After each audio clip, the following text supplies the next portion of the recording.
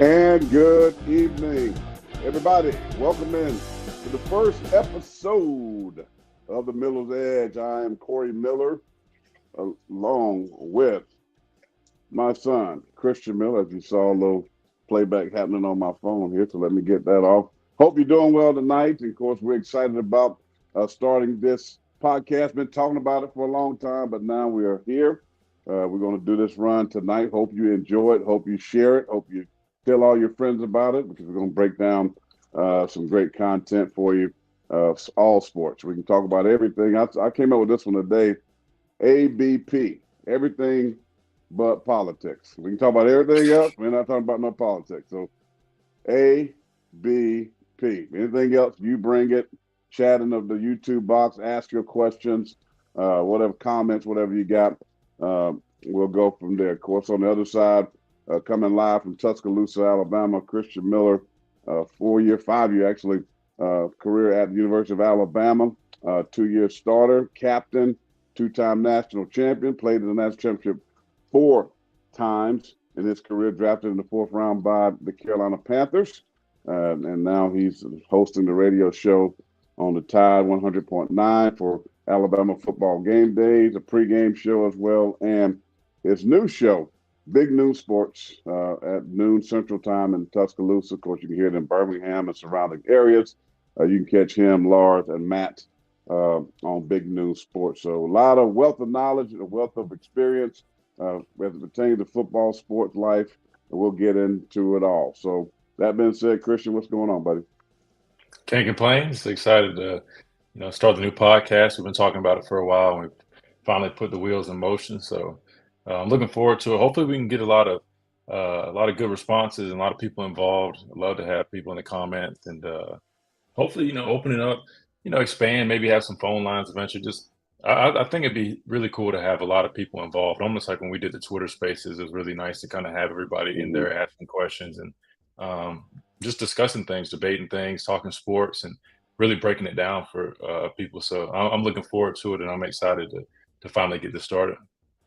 You know what's funny is I tell the story all the time, because when Christian was getting recruited, and he hated media, he hated TV, anything interviewing with a 24/7 or whatever, all these recruiting sites, and I used to almost have to make him threaten him to talk to people or call somebody back, and it's amazing, kind of like Sterling Sharp, right? Sterling wouldn't talk to the media hated him in Green Bay, and then he gets into ESPN and did really well for a long time. So I'm asking you, Christian, tell the people why the turnaround. Of course, been in Alabama, you got used to the media for sure, but now why the turnaround? That you really enjoy doing radio and TV covering sports.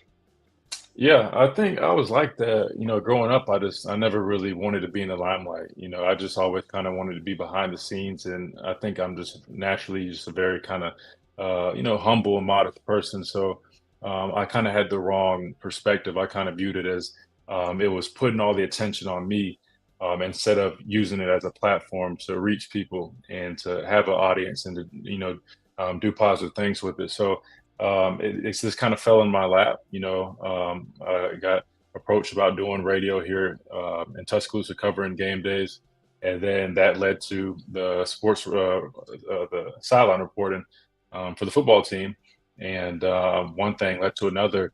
And I've always known that I've kind of had the talent to do it, just because I grew up, going to the radio station with you in Charlotte. I grew up watching you call high school games. I've always been told, I speak well and do a good job articulating my thoughts and whatnot. So I knew I had the ability to do it. However, it's just kind of just getting over that initial, I wouldn't even say like that nervousness, but just it's something new. And Mm-hmm. I used to be so nervous doing interviews in college.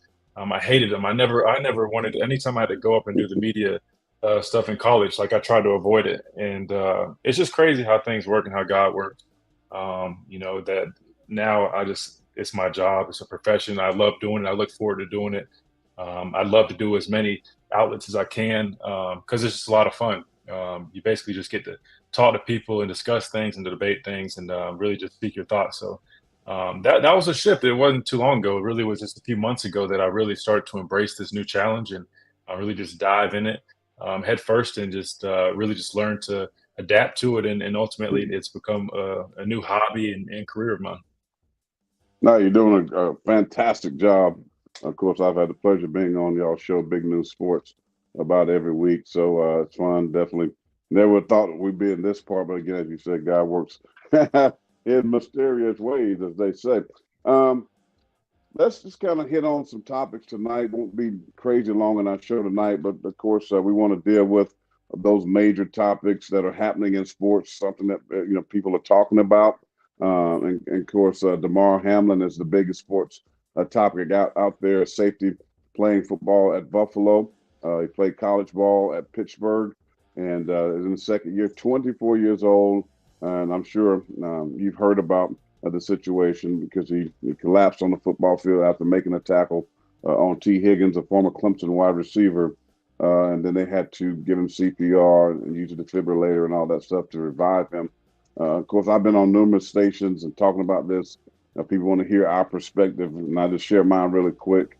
I just feel like Missy and I were sitting here watching the game and watching him get up and then collapse, and you know it's something I've never seen because first thing we look at is, okay, is he concussed? We go back to see what happened to Tua when he got concussed. He got up, started back walking, and then stumbled, and they had to grab him. But you knew that was a concussion. Right. With Damar, it was like collapsed and wasn't moving, and that really scared me. One thing Missy said, "Lord, I hope he's not dead." And it turns out that you lose your heartbeat. He was gone. And Mm. what a tragic situation. But man, in all my years, I played 9 years in the National Football League, all years in college, high school, whatever you have, you covered the NFL for years. Um, I've never seen anything like it. I just, as they were panning the camera to the sidelines and the players, and you can see the guys crying and just emotionally just distraught. Um, my heart just, man, it was hard. It was hard to watch. Um, and to find out that's what really happened, that they had to give the young man CPR and shock his heart to try to get it back going. I just never seen anything like that. We know playing the game there's such great chance of injury, but we don't think about that. We know knees and Achilles and broken bones and think concussion. So we get all that, but normally your teammate get up and give you the thumbs up, even if he's carted off the field to the fans. I'm okay. I'll be back, even if he's hurt really bad, right? So the players are able to bounce back mentally, emotionally, and get back to playing. But when Right. that happened, I was like, there's no way they can continue with this game. I mean, you just think about your teammate or your opponent, Christian, on this, you seeing all this. They saw a lot more than we saw. The Right. person at home watching TV, they saw them pumping the man's chest or getting shocked. His heart. I mean, I can't even imagine what I would have been. I mean, and his teammates were a wreck. And I'm like, why don't they? What took so long for them to say we're not playing this game? There's no way that you can proceed. There's just no way. But man, I've been praying for this young man. Every time I think about him, I just ask God to heal him. We've gotten good news today that he is doing better. He's still in ICU, but they're saying he's stable now. That's good news, and that they flipped him over. I know they were saying something about his lungs that would help that aspect because that's one of the things when his heart stopped beating, you're getting oxygen to the brain that they were saying. That was kind of what they were really worried about. But your thoughts, Christian, just, I mean, I know maybe probably the same thing I'm saying because I know you've been on the field, you've seen it as well, just as much as I have. But man, that was a scary situation. No, it was, and like you said, I mean, it's a traumatic situation for those guys seeing their brother down on the field like that. You and I both have seen injuries, some gruesome ones, maybe a bad knee injury, or I've witnessed my teammates, Mm. dislocate an ankle where, you've seen their foot is turned in a direction that it's not supposed to be. And that alone is, just so tough to watch and to see your own teammate in that amount of pain and dealing with that is already difficult. So I can only imagine witnessing your teammate dealing with the a situation of this magnitude. From what my understanding was, they had to do a number of procedures on the field in front of all these people just to keep him alive. And I think that's this just a devastating thing is just how tragic this was. And if you read up on it, And again, I'm no doctor by any means, but it's almost like this was just such a freak accident. It was just the right time and the right area of impact that led to this event. And it's just I'm just at a loss of words. Never seen anything like it. But like you alluded to, all you can do is pray for him, and because that's what matters most is Damar, the human, not as a player. Obviously, I hope and pray that he one day can get back to doing what he loves. But I think first and foremost is all about his health. But I think it is special, how events like this can turn into positives. You see that his Chasing M's charity organization is now raised, I believe, over $6 million after this whole incident. So definitely some positives coming from it, and you love to see so much support pouring in. I think his jersey is like the number one selling jersey, definitely in football, might be in all sports right now. So just so special to see everybody coming together for this young man who's got so much going for him and so much potential, but definitely a very difficult scene to watch. And just prayers to everybody involved. Yeah, most people, you know, us that play the game and cover the game, and like if you would have told me or mentioned this name before this happened, I would have had no idea, to be honest with you. But Right. we find out a lot of things after the fact. His raising money for toys, and his goal was $2,500, and I saw today that thing is 6.5 or $6.6 million that's been donated, because he was about community. He was about giving back. He was about helping and blessing these kids based on what we've read and seen. And it's so awesome that these folks are giving money to his cause, and I just can't wait to see him when he gets up and see the love. But it just shows you compassion. It shows you, people that weren't Buffalo Bill fans. It don't matter, because people need to understand, Christian, about the NFL. This fraternity, and you know, we battle. We try to knock each other's head off, but you're in a very small fraternity, and there's not a lot of people that can do what we did. 1% of this world has that chance to play on that field.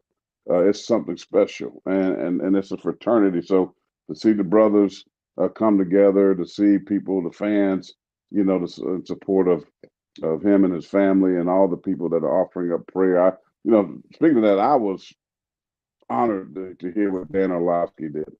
I mean, Dan Orlovsky on national television, which in media, if you know media, they try to steer you away from anything what they say religion, and don't talk about that, certain things like that. Definitely don't you get on the air and talk about praying. I mean, but this Yeah. brother went on there on NFL Live, and he said, "Man, I felt led to do what I'm doing." He's like, "I Mm, know it's probably not the right meaning from a you know television network thing." He said, "Maybe not the right thing to do, but he did it." And I was like, and Miss and I was listening to it last night, and I mean, that was major, because it ain't about football no more. This ain't about TV. This is about a young man, 24 years old, plenty of life left. Went into this game, big time game, hoping to win this game to be the number one seed in the AFC. And his mother and family are there watching, and this happens, which is a very, very rare. You almost, as they told me, you got a better chance of winning the lottery than this type of thing happening. mm, But to what he did reminded me when I was on radio years ago, and Columbine happened. I'll never mm, forget that. I was at a remote. I did a show on every Friday, and Columbine happened. And from being on air, they tell you not to do these type, but I just stopped. I stopped immediately right there in that sports bar, Tin Roof, matter of fact, and just started praying for those folks and families and the people in our country, because that's the most important thing. But this was definitely more than football. definitely is. And just pray he continues to improve because, like you alluded to, that's really all that matters right now. It's crazy to even hear, people just concerned about, rescheduling of games and, you Yeah. know, the results in the playoff race and seeding, and it's just distasteful to hear that, and it's terrible. It's just very insensitive for people to even think that way, but unfortunately, everybody has ulterior motives, and then they don't realize that at the end of the day, this is just a game, and human life is very precious. Football games will be played, but you can't replace a life, and so that's the most critical and most important thing right now. So I think that just need to be said because I can't stand hearing people that just treat players as if we're like cattle because they're just so used to seeing us perform on game days so they can have their fantasies and their fantasy leagues and their gambling and some of those things where they don't understand the hard work, the dedication, the commitment, the physical perseverance and the mental fortitude to really go out there and do what we do. There's so much that goes into it, and ultimately, there's human beings behind those helmets and those uniforms. So, just always got to keep that in mind when you hear some of these things. But I just like I said, just pray for the young man because very very tragic incident. All right, yeah, no, we're gonna pivot and make a turn here to talk some sports. One of the things when we thought about course, Christian lives in Tuscaloosa, played for the Crimson Tide. The fact that we're less than 1 week away from the national championship game, so we'll talk a little bit about that. I mean, and we'll start with Alabama because they played in New York, we call it New York or not New York, New Year's Six, New Year's New Six, Year's, whatever yeah. it is. In the Sugar Bowl. Alabama, you was on the sidelines. You covered Alabama. Mhm. Alabama came in to the season, the reigning Heisman Trophy winner, Will Anderson Jr., the best defensive player in the country. Um, Several defensive starters coming back on this football team going into this season. High expectations, which they are every single Every year, year. I yeah, mean, they don't change, right? The expectations is national championship at Alabama. But right. this year, when you got the best offensive player in the country, you got the best defensive player in the country, and things go awry. And Mhm. so let's talk about that. Even though they bounced back, big win over Kansas State in the Sugar Bowl, that was precious. And we'll get into a little bit about the opting in and opting out because Alabama, their two best players that's going to be drafted in the top five, and Bryce Young and Will Anderson, decided to play along with others. They had a lot of transfer portal guys gone, but those guys came back and played. So that being said, just Yeah. give just your overall thoughts, Christian, because they didn't get to the college football playoffs, which I think they should have. Even though TCU is playing in the national championship, I still think Alabama was one of the top four teams in the country, even though with two losses on the road at LSU at night, which we know how difficult that is, and that Tennessee, you beat 15 years, I believe, in a row. So they were trying to get their comeback. So just talk about what did you see from this football team? And a lot of people want to kill them. A lot of people have said, like Paul Feinbaum, that the dynasty is over. Yeah, they go get the Mhm. number one recruiting class. What do you see from Alabama right now? Well, yeah, there were a lot of expectations, like you had mentioned. You got Bryce Young, the returning Heisman Trophy winner, Will Anderson, best college football defender, and a plethora of other players who had experience and that are very talented that returned as well. And it's one of those things where obviously expectations every year are going to be extremely high when you play at a program like Alabama, play under a coach like Nick Saban. Um, but to say that the program is seeing its demise, is entirely false. Um, Look, they lost 2 games in a total of what, 4 plays, not 2 plays, 4 points, excuse me, something like that. Did they play to their full potential? I don't think so. I think there's a number of things that contributed to that, but could they have, accomplished more? I definitely think so. And I think the coaches and the players themselves would tell you that.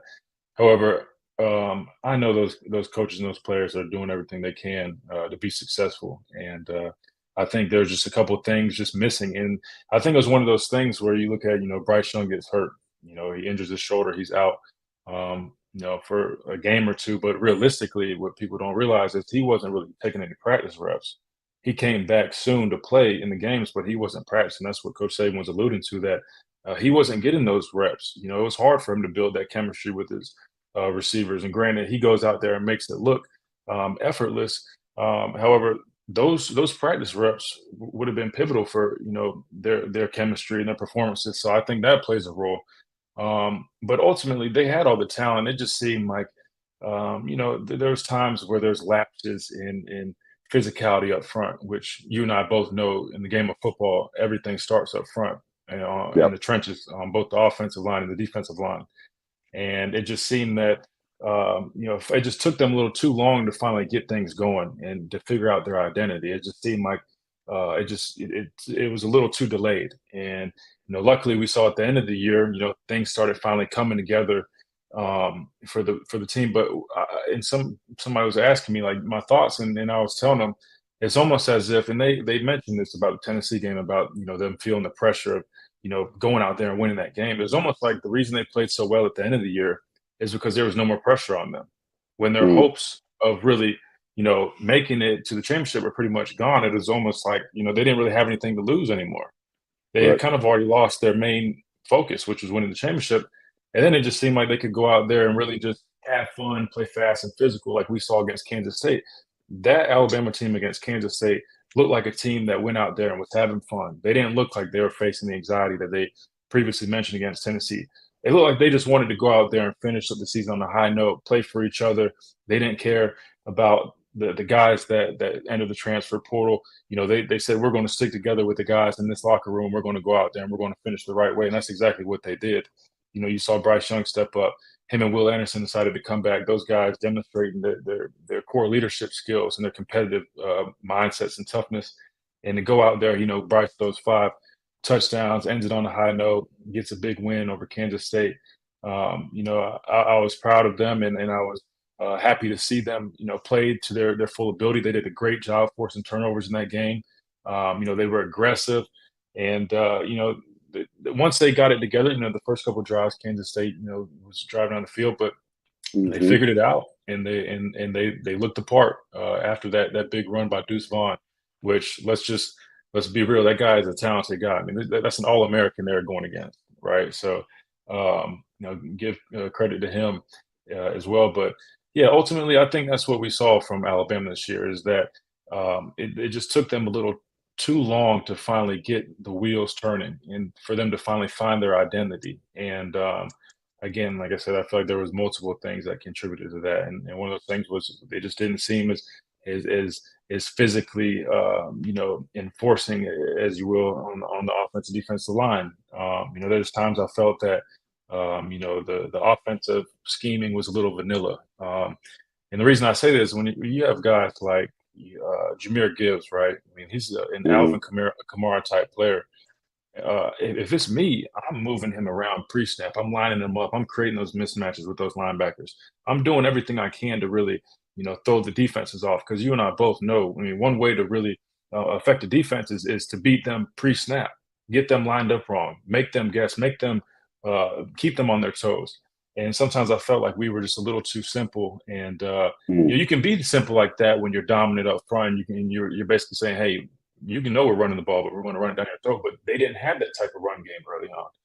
And so just stuff like that, I feel like came back to bottom. We didn't necessarily have that deep threat that we got used to seeing in recent years with, Jalen and Tua throwing to guys like, Devontae Smith, Henry Ruggs, Jalen Waddle, um, Hmm.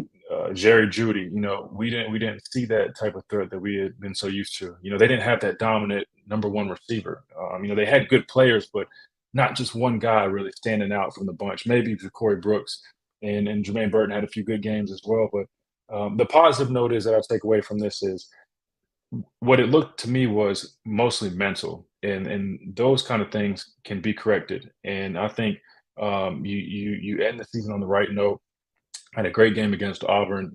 Played great against Kansas State. Besides the 300 rushing yards they gave up against Auburn, but I think you go into the offseason, you reestablish that culture and that identity of physical play, making your opponents quit, making them not want to play you. Because unfortunately, I feel like that's where we're kind of at right now. We went from that identity of, people, we would win games before we even played. We win games in warmups. Like I remember running out the tunnels and we'd be playing SEC teams, and these guys don't want to play. Like we made their ass quit before we even played a snap against them, just because they watched the tape, they seen it. They knew what we were about. We were the biggest, the fastest, the most physical, and I think that's what Coach Saban really wants to get back to. And we've seen that, with the recruiting class. The average offensive lineman they recruited was about 6'6", 330 pounds. Now, granted, tools and physical traits is one thing. Now they have to have the right mindset and be ready to go to work each day in and day out. But that's a start, and I Mhm. definitely think Alabama has a great shot at getting back on track, moving forward. But I think it's going to be imperative that it starts in the offseason program with the right mindset and reestablishing that proper culture of making your opponent quit and unparalleled discipline and physicality. Discipline, I forgot to mention that one. That was another one thing as well. Way too undisciplined in terms of penalties this year. Those are the type of things that can be corrected, but it begins in the program and the culture with the offseason program, the workouts, the meetings, team bonding. You can establish that then. So I think the Mhm. best thing they can do is start getting that going now. Don't wait until training camp. Do it now, and I think we'll see a much different result next season. Well, you hit on all that. I mean, that's spot on. I mean, the offensive linemen, we've been seeing those pictures. Obviously, these big boys, big dudes, right? But we know offensive line is one of the hardest positions to play early. Mhm. I mean, they got size, but just understanding defenses, understanding scheme, things like that. And a Right. lot of times it is the strength. I mean, but today these kids they got great conditioning, they got great nutrition. They're so far ahead of the game. Like when I played, I mean, they come in pretty strong and fast and athletic and all those good things. But still, offensive line is one of I think the hardest position to play early in college. But they got some guys there, and they building these guys for depth, obviously, and they'll have their chance of getting on the field. But you know, to me, the two takeaways I've seen with this football team was, when we were down there, I was down there, and we were watching film at the complex with Jamie, and just going back to those games, and then we were sitting there counting all you guys on that defense that played in the National Football League. And it was amazing. Like every single guy, I think, played at some point in the NFL on your teams. Yeah. Um, and that it just baffles me that this team, not just against Kansas State, but against Ole Miss, they've been gashed on the ground. You know, I think that's got to be another focus for Alabama. That they get these defensive linemen, especially at the tackle position, because in the run game, I mean, you go back to Ashawn and you go back to the Allen Jaron and all Reed. these, yeah, Jan Reed, all these Yeah. guys on Yeah. Sunday. You could not run the ball up the middle and basically the running game that they're seeing has been up the middle. Um, Yeah. so I think they got to get better there. And then you said the offensive line because in this conference in the SEC, you went in the trenches. You said all of that. I mean, but Alabama, I believe, if you believe in the rankings and all that stuff, they're going to be right back. I mean, they're going to be right back in that conversation every year. Nick Saban, he figures it out. They may have a coaching change as offensive coordinator with Bill O'Brien. Maybe he goes with Bill Belichick and become the offensive coordinator with New England. So that could happen. Uh, Pete Golding, a lot of people, the Alabama fans, don't want him gone. But last I heard, he says he ain't going anywhere. He's not in no hurry to be a head coach. His words. So Mhm. we'll see. But Alabama is definitely not going anywhere. Opt outs, Christian. We talked on your show, Big News Sports, about this. And I'm very passionate about my thoughts on this thing about guys that opt out to say they're getting ready to play in the NFL. Mhm. Um, Drives me nuts. That's why I was so much respect and love to Bryce and Will because I know when we're on the air and Matt asked me, what advice would I give you if you were going to be a bona fide first round pick? I said, I'll tell you probably not play. If I was one, I wouldn't, knowing that I was going to be like Bryce or Will, I'm a sure shot first rounder. I probably wouldn't, to be honest with you. Right. But these guys that's going to be 7 round free agent, talking about they're getting ready. You have as Nick said, you have the greatest stage to make money, right? It's Right. playing in that big time bowl game that people are watching. Scouts are watching, NFL GMs are watching, coaches are watching. I don't get all of that. South Carolina, I'd say that to lead up to the Gamecocks, who lost in a close one down at the Taxslayer Gator Bowl. They They play had well though. 20. They They did. play I well. mean, they. Yeah. I was actually kind of shocked because they had 22 dudes missing or 20 dudes, something like that. Mm. Some transfer portal, some injuries at receiver, some, Opting I'm out. opting out to get ready for the draft. You know, Right.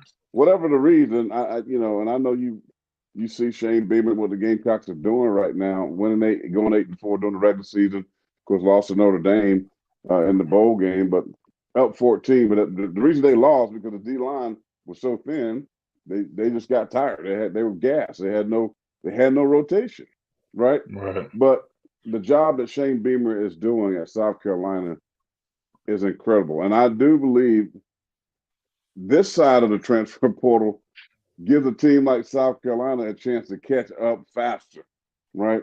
They can go get and fill positions, guys that are transferring for whatever reason, but they go out and snatch, Yeah. Spencer, and they go out and snatch, Juice Wells at wide receiver. They go out and snatch, they had Austin Stogner who came and now he's going back to Oklahoma, but Spencer Rattler was a big get because you got to have a trigger man to win in college football. If you don't have a quarterback, you can't win big games, right? So Right. when I look at this team, I go, Shane knows what he's doing, and they're recruiting well. They're getting players. They're beating Georgia's and big Alabama's, even some schools for big time players.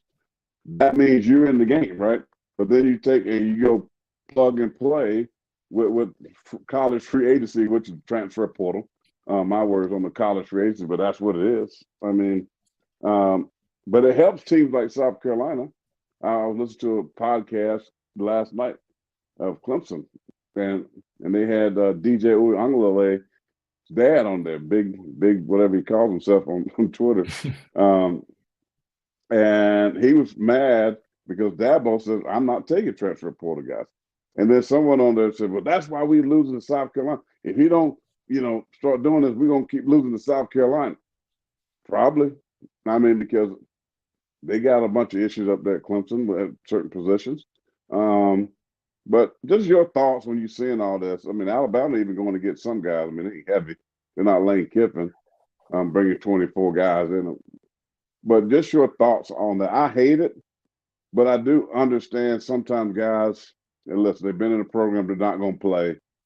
They Right. graduate, get their degree. They may have 2 years to go somewhere else. I don't have a problem with that. I got a problem Right. with the guys that are playing, that are doing well, have had great success at university, have given them a scholarship, and they want to go out there because of the NIL money, chasing the bag, right? They want to chase the freaking bag.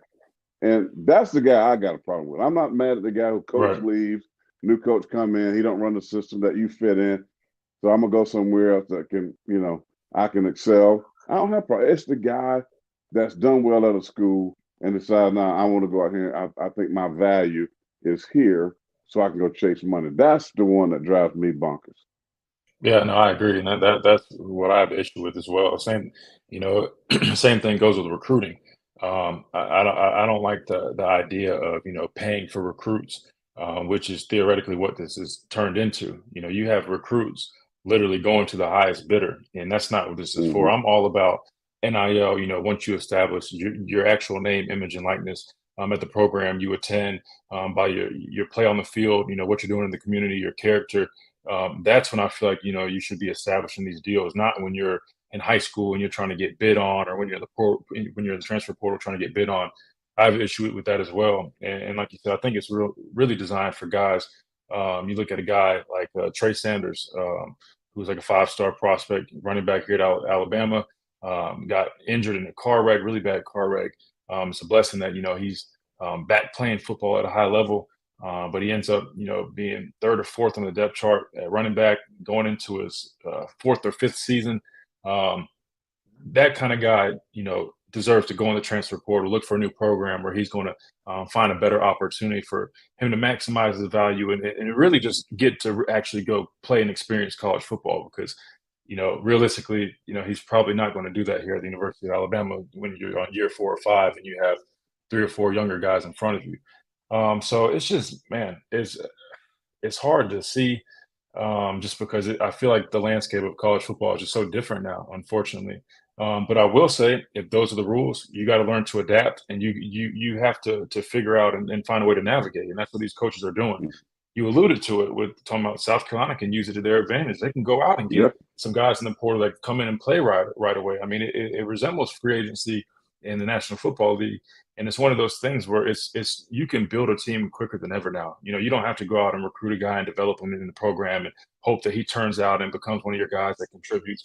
You can just go in the portal and say, hey, here's a 2 year starter right here. This guy has 2 years of experience at the college level. He's already physically and mentally developed. He's ready to go out here and contribute. And we have a lack at that position. We have lack of depth at that position. This guy can come in and help us right away. So it's one of those things where, you know, if you look at it from one perspective, it's like, man, it's unfortunate. You know, guys are leaving programs left and right. They're not upholding their commitments to their teammates, and they're leaving people out to dry. But at the same time, if you're trying to rebuild a program, it almost is a great opportunity for you for the Shane Beamers and other head coaches who are finally starting to find their beat and their rhythm, and they're just missing that one little piece. Now they can go in the portal and, hey, that piece might be sitting in the portal. It might work out for the both of you. You could use that extra depth or that starter, that position, and that player might be looking for a new home where he finally can kind of get the correct opportunity that he deserves. So it's one of those things. It's really tricky, and I think eventually they're going to have to keep letting it settle and establish some more firm foundations, because right now it's almost like the wild west between NIL and the transfer portal. You know, things are just flying left and right. It's almost hard to keep up with at this point. But I think as we move forward, I think they'll continue to kind of, hunker down on some rules and limitations, and figure out what constraints are necessary in order to keep things running smoothly and fairly, because I think that's what ultimately matters is the true competitiveness of the sport and the equality of the sport, because eventually it's going to become a monopoly, right? The biggest schools are just going to keep bidding the highest for these guys, and the smaller schools aren't going to be able to keep up regarding the NIL. But hey, I wish it was around when I was in school, because I couldn't even get a meal paid for. If someone wanted to treat me to lunch, couldn't even have that. I'd risk getting suspended. Um, Now these guys are getting paid six figures, and what's crazy is half these NIL deals. I mean, they're these random, just quote unquote NIL deals that, like, you might not even see anything. Like, I don't even hardly see half these commercials or ads these guys are doing, but somehow they're making six figures. So make that make sense. But hey, I'm not pocket watching. It would have been great to capitalize on it when I was in school. yeah, Unfortunately, it wasn't I'm around. watching their pockets. I'm gonna see what they get. Because Yeah, I mean, I was meeting with a young guy mentor, and one thing I was telling his mom, with this NIL stuff. I mean, there's got to be some more education for these oh, young definitely. men that that's getting money.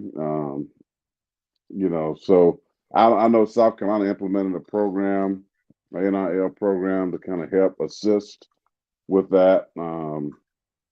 Because I know when I even got to the league, I mean, I didn't know anything about money, you know. Right.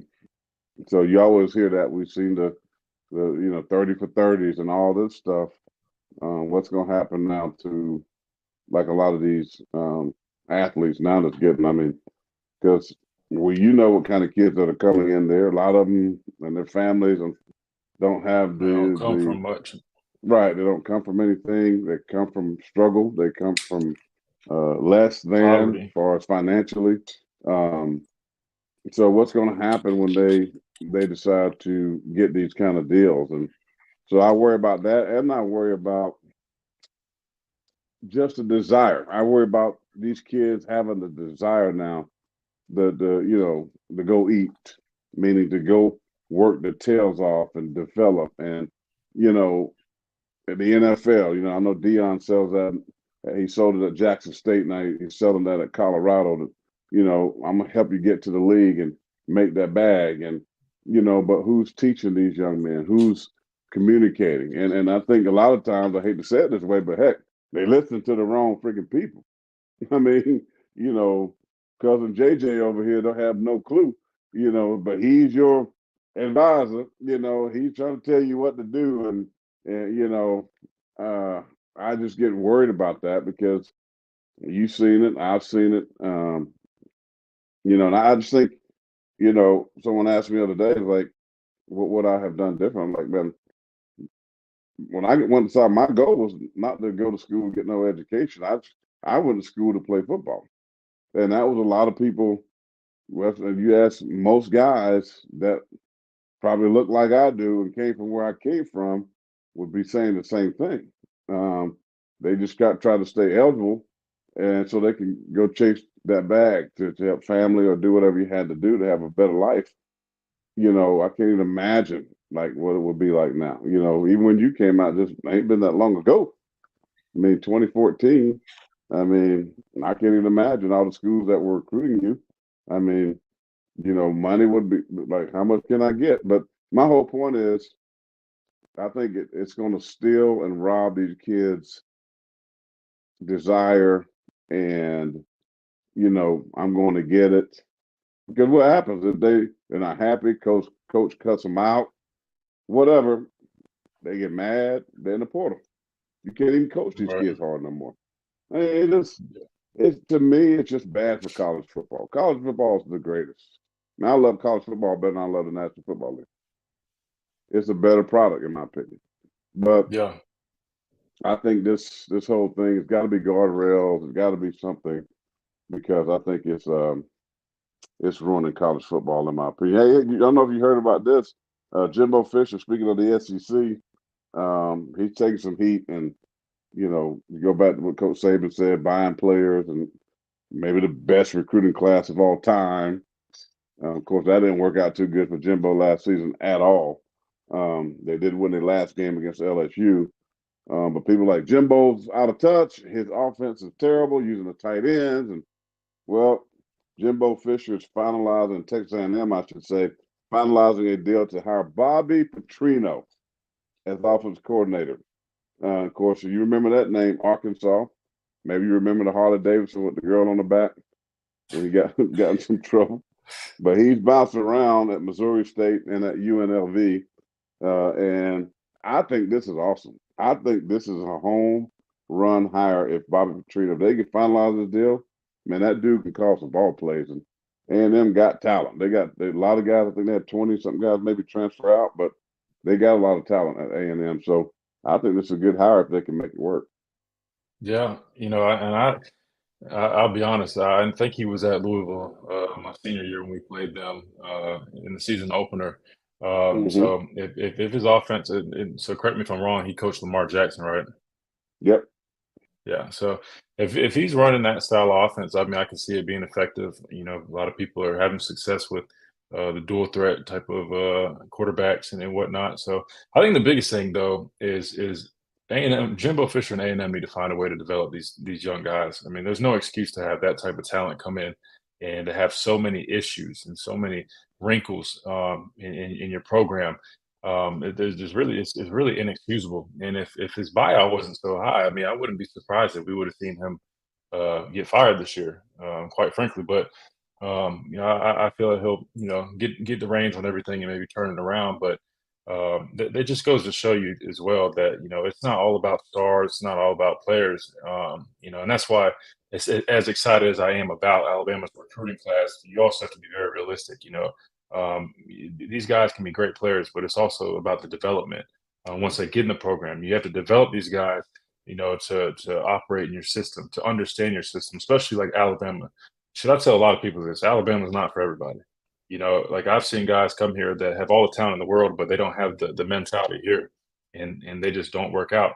Mm-hmm. Someone was asking me, what is it that makes some guys, some of these five stars, go to Alabama and they just don't pan out?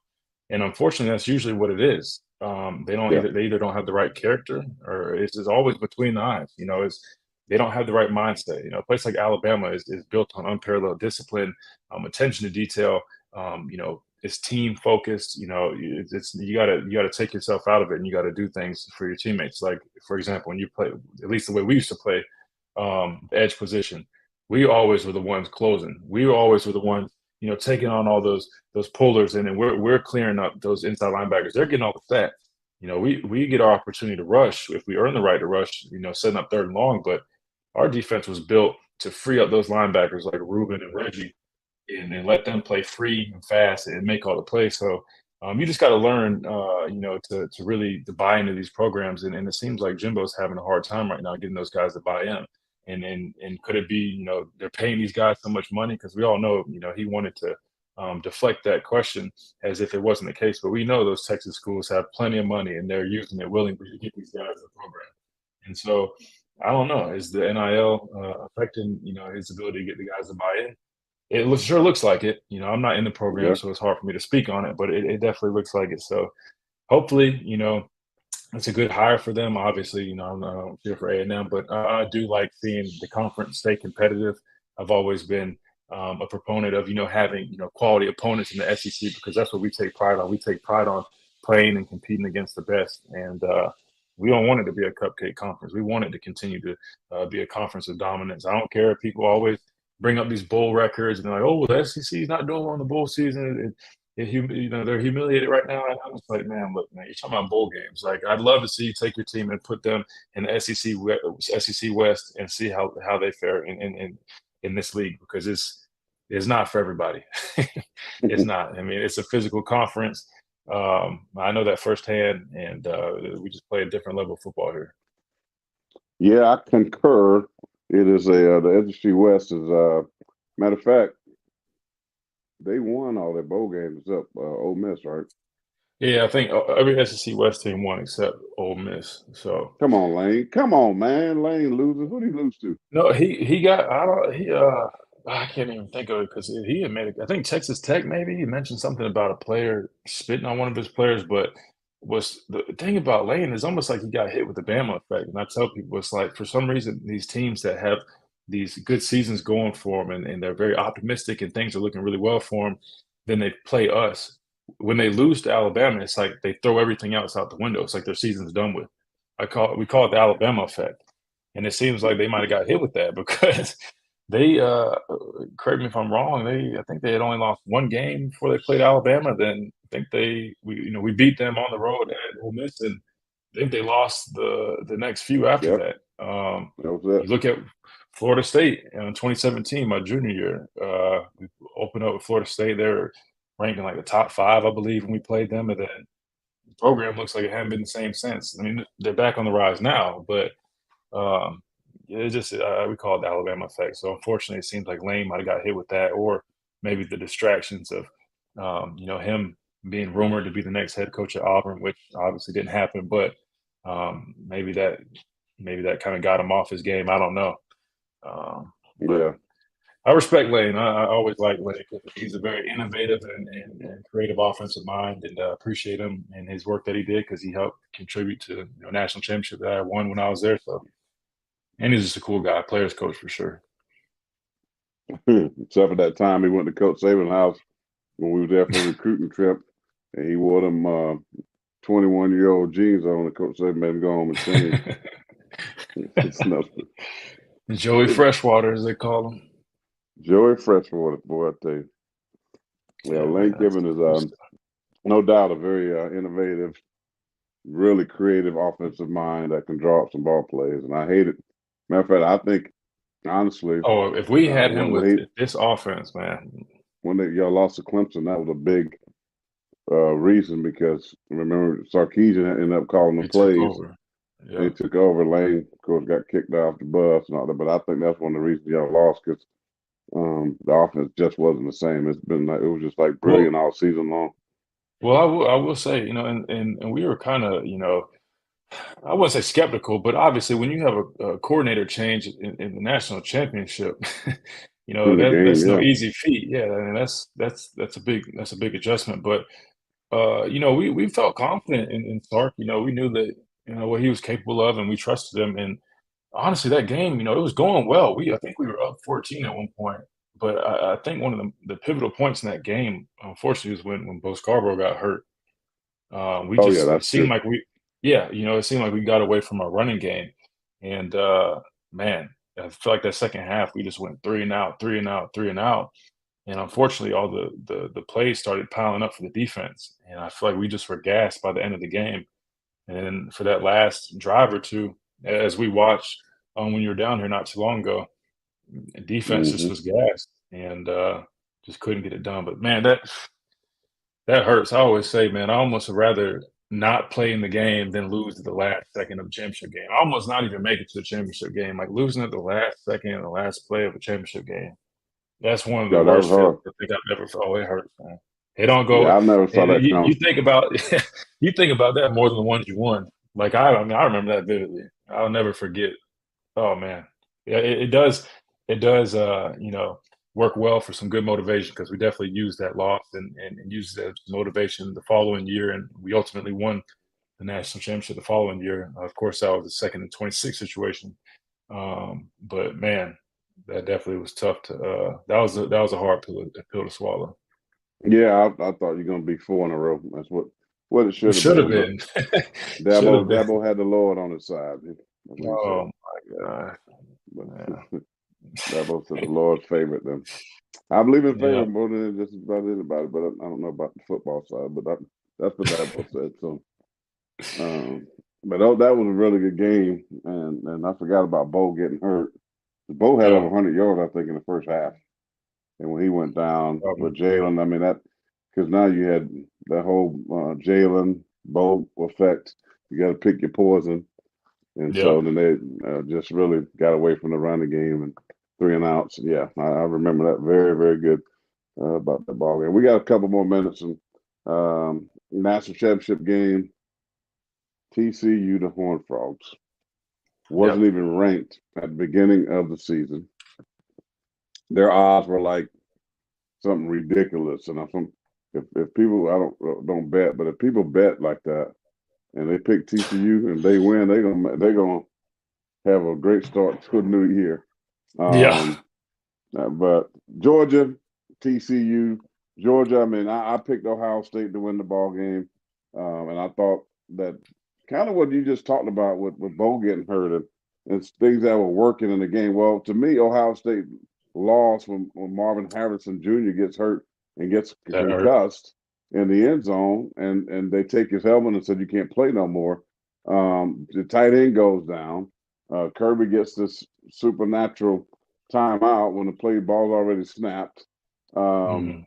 you know, I felt like Ohio State outplayed Georgia in the area that I thought Georgia was susceptible is in the back end of their defense. They've had great front sevens the last couple of years, but their safeties in the besides maybe Keeley or whatever the guy's a cornerback, he's solid. But LSU threw the ball on them. Ohio State went up.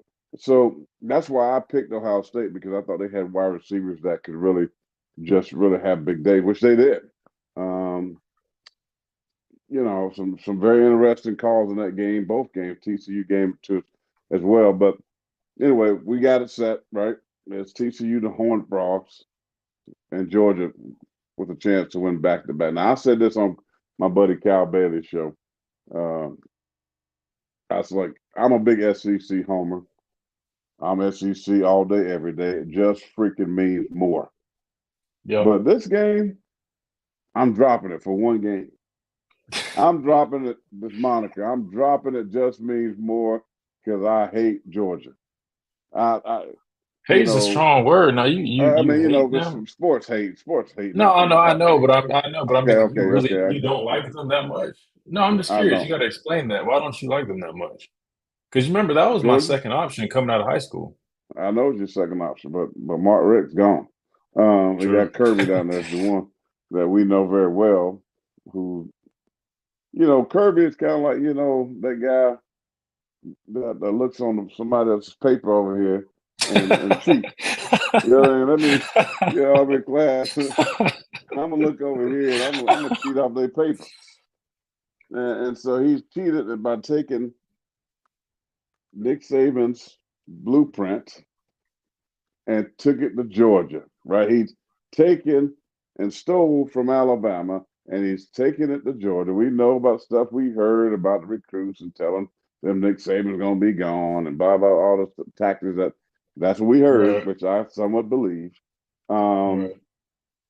so I don't hate them like that. Although I went 2-1 against Georgia in my career at South Carolina. Um, Oh, really? but oh yeah, I looked it up the other day because that's how much I dislike them. Um, No, you can say, hey, like I said, I just was curious where it came from because I mean, like, well, hell, I well, played against them and like I don't I wouldn't say I like them, but but I you have never lost to some them. I did I mean we No, you came didn't lose to close. I them. mean, no, I didn't lose to them. No, We came close in the SEC championship game, national championship. It was close now. no, y'all But close, but you didn't I lose. always but I respected their game. I mean, they talked a lot of shit when we were playing them. I'll say that. But I respect them though because they were physical. They gave us a good game. I mean, they always were probably the best opponent we played in each of those years. I would say Because it's they like this, always because it's like you're practicing it's like against playing each other. ourselves. Yeah, That's my point. right, right. That's my point. And so here's the reason why. I mean, I'm kind of just tongue in cheek here, but I ain't talking to you about my strongest life for Georgia because of the national pundits. All they're really wanting to do is dismiss Alabama. They want to Mm, rise, make kind of what they did with Dabo. Think about it; it's the same picture when Dabo finally they beat Alabama. It's like, oh, Clemson might be the new Alabama. I've been saying this for years. They're not. They're not going to be. They can't. I mean, you understand what winning 7 national championships in one cup? I'm like, they were quick to anoint Clemson. Now they're doing the same thing to Kirby in Georgia. This is Alabama, is he? Right, because he stole off Nick Saban's paper, and he's using the same blueprint against them. And they're very fortunate. I will say this: they're very fortunate that they didn't have to catch Alabama this year. I really believe that. But if Georgia wins, you know what's going to happen. We're going to hear it. Georgia Bulldogs are the new dynasty of college football. Kirby Smart is only 50, whatever how old he is. Nick Saban was 57 when he won his first. Kirby was 40 something. And there they're gonna hear all this narrative. So that being said, Christian Miller, I'm Horn Frogs all day. I'm TCU, Texas Christian University, TCU, Christian yeah, school, and I got to pull against that non-Christian school and enjoy that. That's a joke, everybody. But I'm going TCU. I didn't really want them to win. It's hard for me to pull for them, but it would be a great story coming from, it's kind of the Joseph, the pit to the palace. They go from nowhere to the palace, the mountaintop. They hoist the trophy. I can ride with that, and drop the SEC. It just means more. If it's Georgia, if it's anybody else but Georgia, I'll be pulling for them. But not yeah. not No, Georgia. Can't do it. no, I hear you on that, and I respect that. I think a lot of people are pulling for TCU because of the feel good story. You know, Max Duggan overcame so much adversity, and the whole team being unranked, to start the season, and just for Mm-hmm. them to get to this point with so many skeptics and people so dubious of their team and what they could accomplish. I get that, but what I'm going to ask you now is, do you actually feel that they can beat Georgia? And I agree with you 100%. I will say this, a lot of people have just been kind of riding the Georgia wave of, and I'm not gonna lie, I kind of fell for it a little bit too, just because some of the times I did watch them. Again, I'm a defensive guy, and look, so when you watch that defense, I mean, I like that intensity, that nastiness they play with. They're fast, they're aggressive, they're physical. Um, I like it. It reminds me of what we used to, the product we put on I the said field it. at Alabama. Cop it off Nick Right, Saban paper. You keep right, making my point. no, but I hear what you're saying. But at the same time, though, and I'm not trying to defend Kirby, but is it that he was stealing it from Coach Saban, or was he just, he's a product of his environment? He was learning from his mentor. I Right. mean, if anything, I think that's the right thing to do when you're in that situation, right? You're coaching under the best college football coach of all time. I mean, you'd be a fool if you don't, you know, emulate him and take as much as you can from him. So, I mean, I can't knock the guy for it. Hell, I think anybody would do that, right? In anything. If you're a salesman. If you had a guy above you that's the greatest salesman of all time, shoot, I'd take all his tactics as well. Like I think that's inevitable. But yeah, I get it, and I will say I am kind of pulling for TCU. Originally, I was thinking that too. I want to go for the pull for the SEC. As well, but then I thought about it, and I'm like, yeah, you got a great point. That's kind of where my mind started going. I'm like, oh hell, we're going to all we're going to hear about is Georgia's the new Alabama, Mhm. and it's everybody's just going to continue to write Alabama off, which is fine. We're used to it. It's almost as if they look for reasons to write us off year in and year out. Every chance they get. I remember they wrote us off in 2014 when we lost to Ole Miss. We still made the college football playoff and won that SEC championship that year. Unfortunately, lost to Ohio State. They tried to do it again after we lost to Ohio State, which the team consisted of Ezekiel Elliott, Nick Bosa or Joey Bosa, maybe both.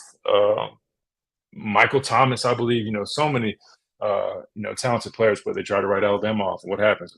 Following year, we go and win a national championship, and then we played in four straight after that. So, that's just what they do, and they're going to. That's their job. You just learn. It is what it is. That's what these people are paid to do, and they're going to try to ride each way that they can. And with that being said, I want TCU to win. However, I don't.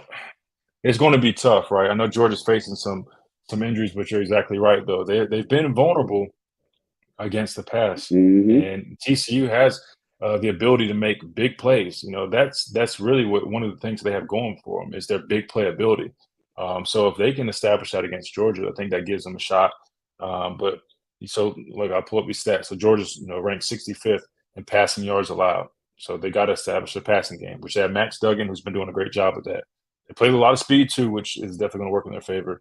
But here's the thing: Georgia's number 2 in rushing defense. They're number 1 in red zone defense. They're number 11 in total defense, and they're number 2 in third down percentage getting off the field. So if TC wants a chance, look, they got to establish a passing game. They got to force turnovers, play with momentum and that passion that we saw them play with against Michigan. Those turnovers were huge. Not only did Mhm. they lead to points, but they also created momentum for those guys in that football game.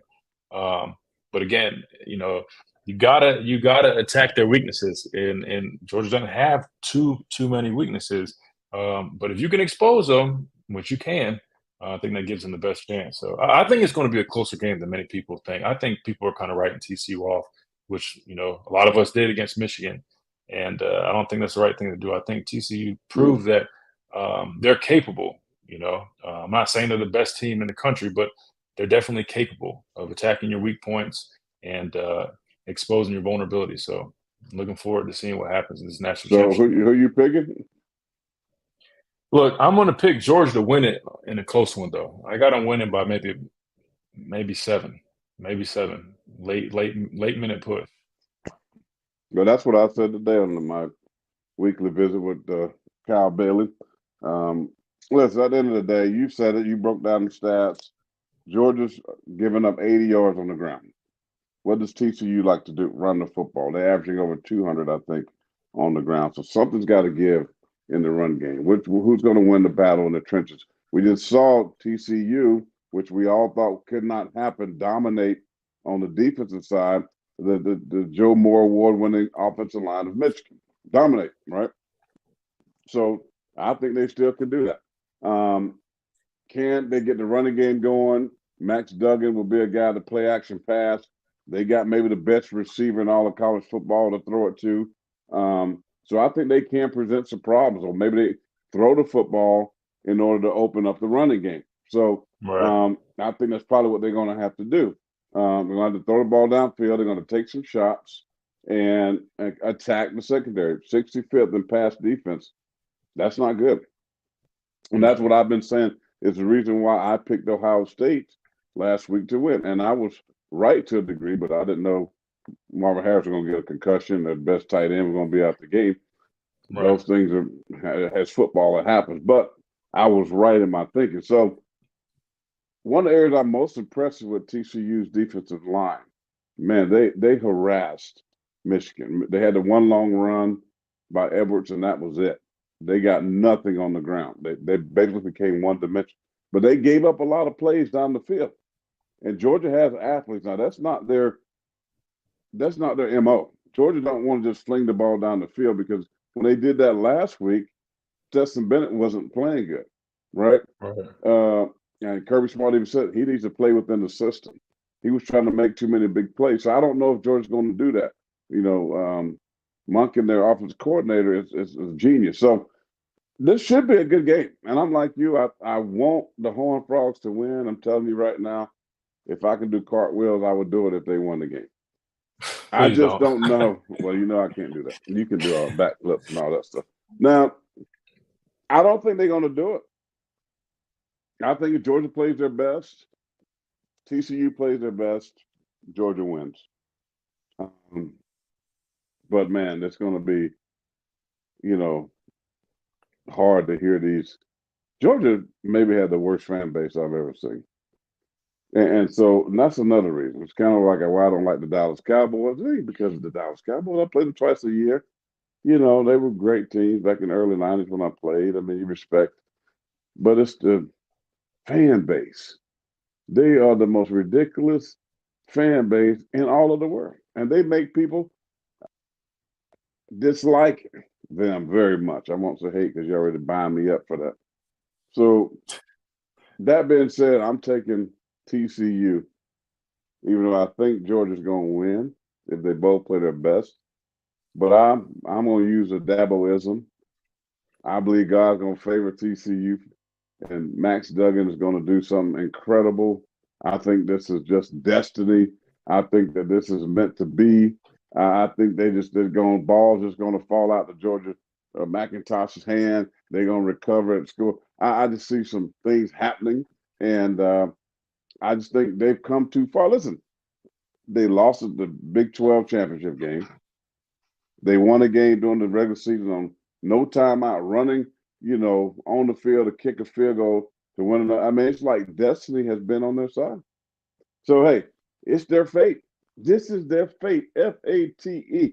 This is TCU's fate. And I'm thinking that what we've seen, how they dominated Michigan in certain areas, I think it's going to happen this week. Georgia shouldn't be there, right? They got lucky by winning that ball game. Even though I think Georgia's a better team, I just believe God favors the frogs. Even though he used the frogs as a plague, but I think he's going to favor the horned frogs. We'll see. So, We'll see. I'm definitely looking forward to it.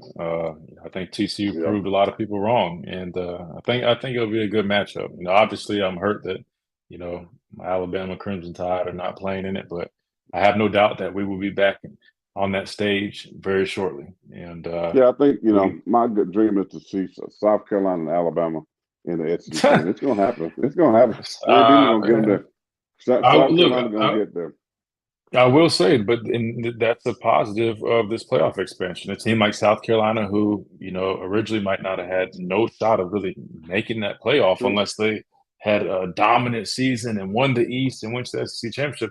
Now they could potentially slide into the playoffs and who knows, win it all if they play well enough to be a top 12 team. So I think that is another topic we can dive into next time. They were kind of running Yeah. low, but man, so many good things to talk about. But I feel like we covered a lot of good stuff, and I'm really excited for what we have planned going forward, and we'll Mm-hmm. definitely keep growing and keep expanding, and hopefully we can start getting a little more engagement from some of the people tuned in, get some people asking questions, maybe get them Yeah. on board and bring them along. And yeah, I say we We're start gonna maybe have a like we're once a gonna have a week. lot of guests too, so we'll have guests on here.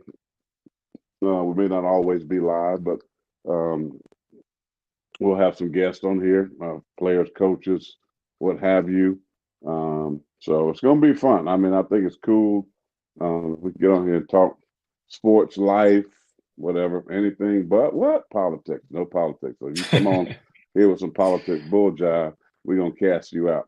Um, but anything else, I'm good with it. But yeah, so we'll do these on the minimum weekly. Of course, if anything breaks sports wise, news wise, that we can jump on anytime, wherever we are, really, and have a podcast. But at least we want to bring it to you weekly. Want to be consistent with that. And don't forget to follow us on YouTube.com/ at Miller's Edge. I think that's the same thing on Twitter, I believe. You can follow me at Pastor Twitter is Payne. What's Twitter?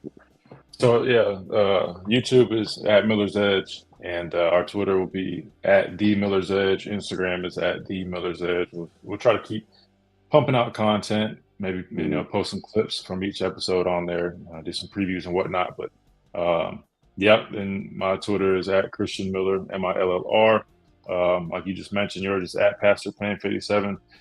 Go ahead and follow, keep up to date. Like you had just mentioned, we're looking forward to it at least once a week, maybe even more, depending on the feedback we get. But yeah, looking forward to some big time guests, players, coaches, whoever. We'll get on here, have some fun, and again, we're just talking ball, breaking things down, having fun with it.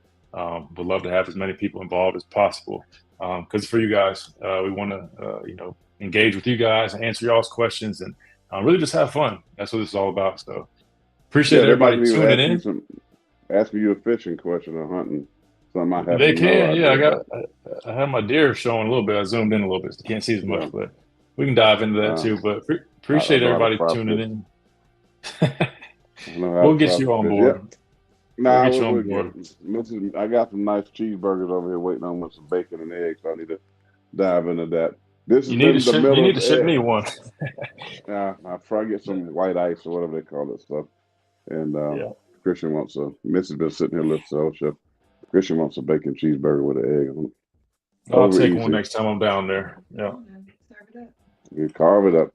All right, well, let's tap out. This has been the Miller's Edge on our first episode, our first podcast. Looking for many, many more for Christian Miller down in Tuscaloosa, Alabama. I'm Corey Miller, the Pastor Payne here in Columbia, South Carolina. Till next week, Lord willing, we'll catch up with Peace. you. Peace.